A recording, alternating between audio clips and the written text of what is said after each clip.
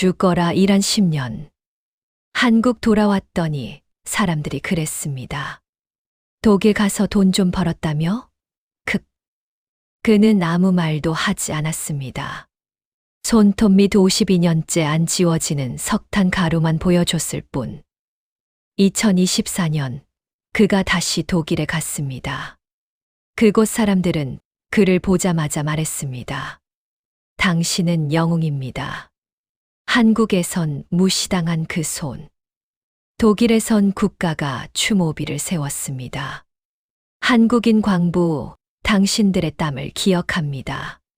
지하 700m. 매일 죽음을 각오하고 내려간 그곳에서 그가 캔 건 석탄이 아니었습니다. 오늘날 당신이 사는 대한민국이었습니다. 52년 만에 밝혀지는 진실. 지금 시작합니다. 1972년 겨울, 그는 23세 나이로 독일행 비행기를 탔다. 가족을 위해 돈 벌어오겠다. 그 한마디로 아버지는 낯선 땅으로 떠났다. 독일 루르탄 광산, 하루 10시간 넘게 석탄을 캤다. 손톱 밑은 늘 새까맸고 기침에는 먼지가 섞여 나왔다. 그의 유일한 위안은 고국으로 보내는 봉투 한 장, 그리고 거기에 담긴 아버지, 잘 지내요? 라는 딸의 엽서였다. 지하 700m 깊이의 어둠 속에서 그는 매일 자신과 싸웠다. 숨이 막히는 공간, 등을 굽혀야만 들어갈 수 있는 갱도. 그 안에서 쇠망치를 들고 석탄을 쪼았다. 땀과 석탄 가루가 뒤섞여 얼굴은 알아볼 수 없었다. 동료들은 서로를 헤드랜턴 불빛으로만 확인했다. 괜찮아? 괜찮아. 이 두 마디가 그들의 유일한 대화였다. 매달 15일, 월급날이 그에게는 가장 중요한 날이었다. 숙소로 돌아와 비누칠을 3번 해도 지워지지 않는 손톱 밑 검은 때를 보며 그는 봉투에 돈을 넣었다. 자신이 쓸 것은 최소한으로 줄였다. 담배도 끊었고 주말 외출도 포기했다. 그렇게 모은 돈으로 서울 변두리의 작은 집 한 채를 마련했다는 소식이 왔을 때 그는 갱도 안에서 혼자 울었다. 1975년 봄, 3년 계약이 끝나갈 무렵 그는 편지 한 통을 받았다. 딸의 글씨였다. 아버지, 제가 중학교에 합격했어요. 우리 집에서 처음이에요. 그날 저녁 동료들과 소주를 마시며 그는 말했다. 이제 됐어. 이걸로 충분해. 석탄 냄새가 밴 그의 손은 여전히 검었지만 그 안에는 딸의 미래가 담겨 있었다. 그것으로 그는 만족했다. 그는 3년만 있다 오겠다고 말했지만 10년이 지나서야 한국 땅을 밟았다. 그 사이 딸은 중학생이 되어 있었다. 그러나 그는 한국에선 광부 출신이라며 무시당했다. 독일 가서 돈 벌다 왔다며 고생은 했겠네. 그 한마디에 그는 말없이 웃었다. 누군가는 그의 손을 더럽다고 했지만 그 손은 가족을 살린 손이었다. 1982년 가을 김포공항에 내렸을 때 그의 나이는 33이었다. 출국할 때보다 20kg이 빠진 몸, 허리는 갱도에서 굽혀 일한 탓에 곧게 펴지지 않았다. 기침은 여전했고 밤이면 폐 깊은 곳에서 무언가 끓어오르는 것 같았다. 하지만 그는 가족 앞에서 아픈 내색을 하지 않았다. 괜찮아, 다 나았어. 거짓말이었지만 필요한 거짓말이었다. 취직을 하려 했지만 쉽지 않았다. 학력이 어떻게 되시죠? 고졸입니다. 경력은요? 독일 광산에서 10년 일했습니다. 면접관들은 고개를 저었다. 광부 경력은 한국에서 아무 쓸모가 없었다. 결국 그는 건설 현장 막노동을 시작했다. 새벽 5시에 일어나 밤 9시에 돌아오는 삶, 독일에서와 크게 다르지 않았다. 동네 사람들의 시선은 따가웠다. 그 집 남편 독일 갔다 왔다며. 그래서 뭐가 달라졌어? 누군가는 수군거렸다. 10년이나 가족 내팽개치고 있었는데 무슨 효자인 척이야. 그런 말들이 귀에 들어왔지만 그는 대꾸하지 않았다. 대신 더 열심히 일했다. 새벽 현장에서 시멘트를 나르고 철근을 묶고 벽돌을 쌓았다. 1985년 봄, 딸이 대학 합격 통지서를 들고 왔다. 아빠, 나 대학생 됐어. 그 순간 그의 눈에서 눈물이 흘렀다. 13년 전 독일로 떠날 때 품었던 꿈이 이루어지는 순간이었다. 석탄 냄새는 이제 희미해졌지만 손등에 남은 흉터는 여전했다. 그 흉터를 쓰다듬으며 그는 중얼거렸다. 이제 됐다. 정말 이제 됐어.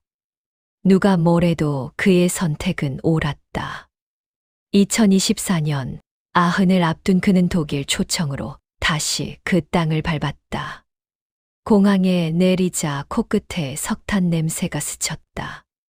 그의 눈가가 떨렸다. 그때 내가 일하던 광산이 아직 남아있을까? 그는 힘든 발걸음으로 옛 탄광으로 향했다. 폐광된 그 자리엔 작은 추모비가 서 있었다. 한국인 광부, 당신들의 땀을 기억합니다. 그 문구를 본 순간 그는 무릎을 꿇었다. 이제야 나를 알아주는구나. 프랑크푸르트 공항을 빠져나와 기차를 탔다. 창밖으로 펼쳐지는 풍경은 52년 전과 달랐다. 탄광 굴뚝은 사라지고 깨끗한 공원이 들어섰다. 하지만 그의 눈에는 여전히 검은 연기가 피어오르는 것 같았다. 손을 꼭 쥐었다가 폈다. 관절염으로 굽어진 손가락, 그 안에 석탄의 기억이 남아 있었다. 루르 지역에 도착했을 때 해가 지고 있었다. 안내자가 말했다. 여기가 당신이 일하던 광산입니다. 입구는 콘크리트로 막혀 있었다. 철조망 너머로 보이는 낡은 엘리베이터, 그 앞에서 그는 한참을 섰다. 지하 700m 깊이로 내려가던 그 좁은 공간, 동료들과 어깨를 부딪히며 서 있던 기억이 생생했다. 추모비 앞에 섰을 때 다리에 힘이 풀렸다.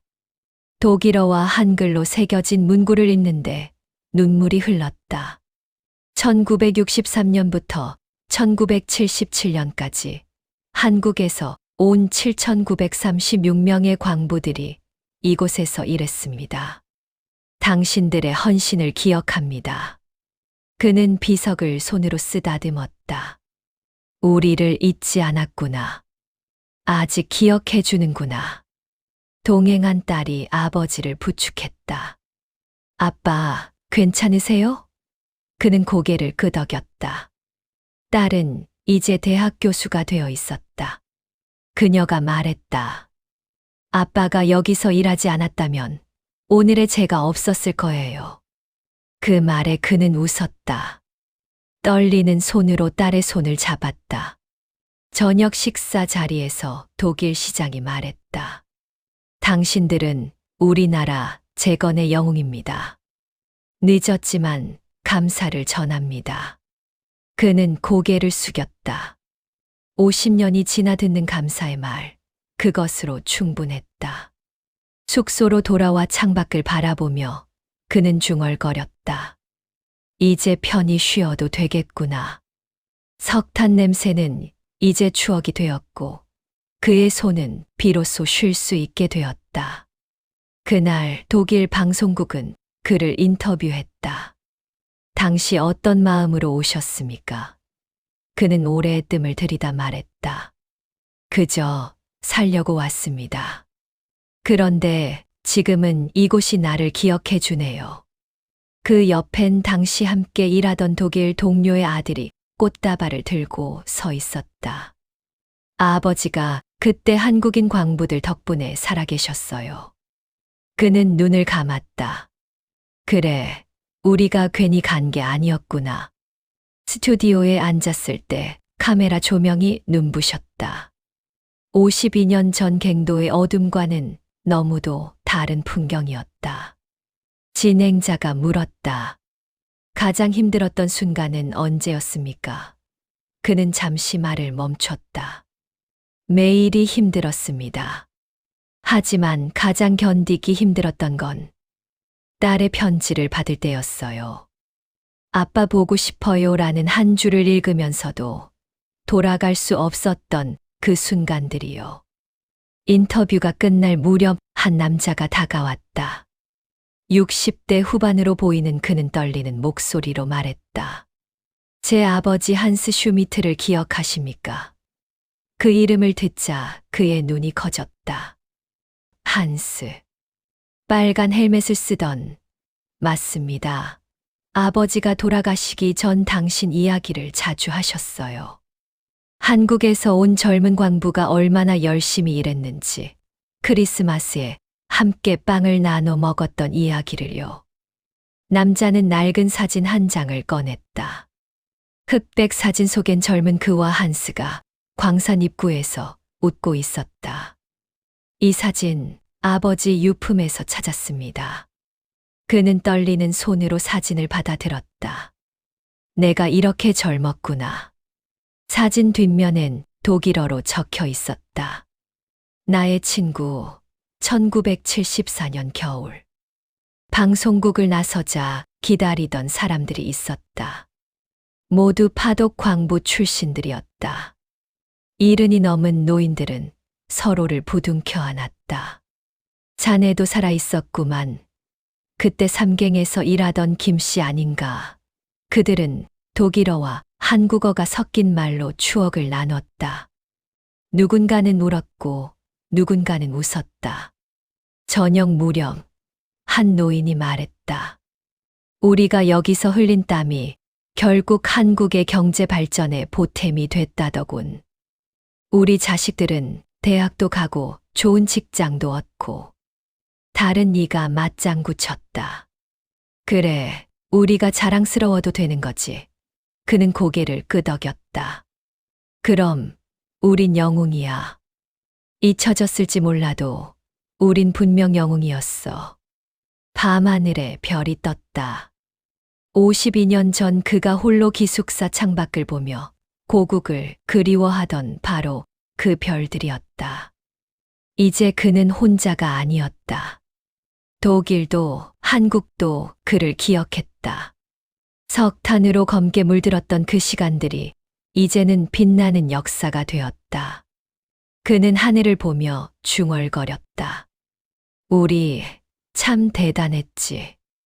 귀국 비행기 안 그는 조용히 창밖을 바라봤다. 하늘 위로 떠오르는 태양이 마치 50년 전의 약속 같았다. 이제야 나도 편히 눈 감을 수 있겠다. 집으로 돌아온 그는 낡은 작업모를 책상 위에 올려두었다. 그 모자 안쪽엔 희미한 글씨가 적혀 있었다.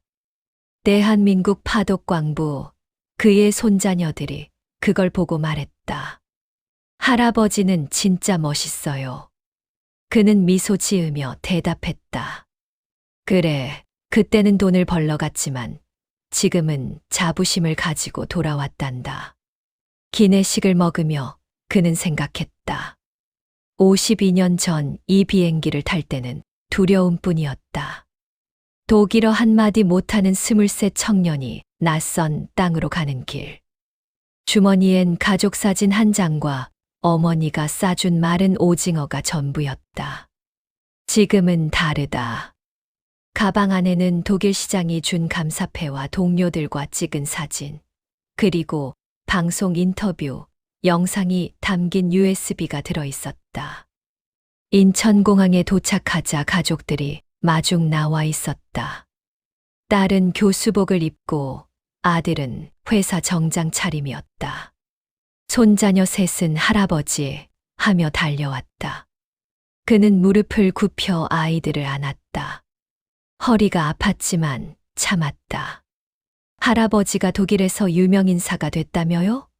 큰 손자가 물었다. 유명인사는 무슨. 그냥 옛날 이야기 좀 했단다. 집으로 돌아와 거실에 모였다. 그는 가방에서 작업모를 꺼냈다. 검은 먼지가 묻어 있고 챙은 해져 있었지만 그에게는 훈장보다 소중한 물건이었다. 이게 할아버지가 52년 동안 간직한 거야. 아이들이 신기한 듯 모자를 만졌다. 이걸 쓰고 매일 지하로 내려갔단다. 캄캄한 곳에서 석탄을 캤지. 막내 손녀가 물었다. 할아버지 무섭지 않았어요? 그는 웃으며 대답했다. 무서웠지. 하지만 너희 할머니랑 엄마를 생각하면 견딜 수 있었어. 딸이 아버지 손을 잡았다. 아빠, 평생 고생만 하셨어요. 그는 고개를 저었다. 아니야. 나는 행복했어. 내가 흘린 땀이 너희를 키웠고, 너희가 이렇게 훌륭하게 자랐잖니. 저녁 식탁에서 아들이 말했다. 아버지, 이번 독일 방문 영상이 유튜브에 올라왔는데 조회수가 100만이 넘었대요. 그는 놀라며 물었다.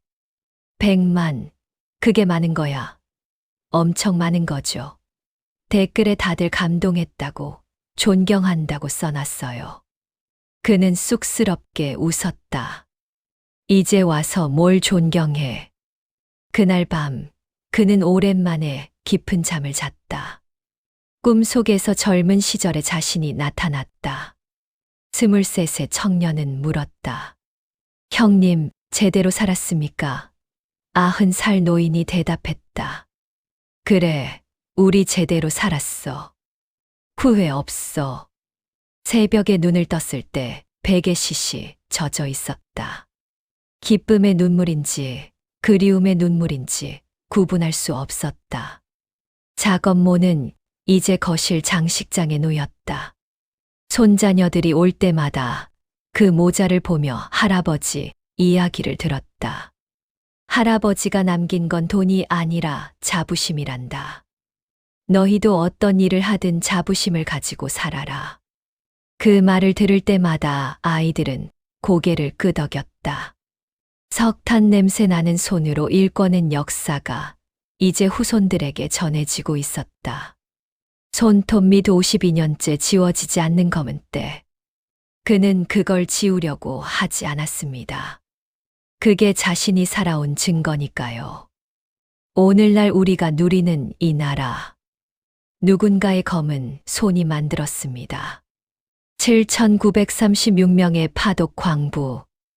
그들이 보낸 돈으로 경부고속도로가 놓였고 그들의 땀으로 산업이 일어났습니다. 하지만 우리는 그들을 기억하지 못했습니다. 독일은 추모비를 세웠는데 한국은 고생했네 한마디로 끝냈습니다. 이제라도 기억해야 합니다. 당신이 오늘 출근한 그 길, 당신이 살고 있는 그 집, 당신이 누리는 이 평화, 누군가 죽을 각오로 지하 700m에서 캐는 것입니다. 잊지 마십시오. 당신의 오늘은 누군가의 어제 위에 서 있습니다. 석탄 냄새 나는 손. 그 손을 기억하는 대한민국이 되길 바랍니다. 이 영상이 의미 있었다면 구독과 좋아요로 이 이야기를 더 많은 사람에게 전해주세요. 댓글로 당신의 생각을 나눠주시면 더 좋은 이야기로 찾아뵙겠습니다. 시니어 정보 시대, 잊혀진 영웅들을 기억합니다.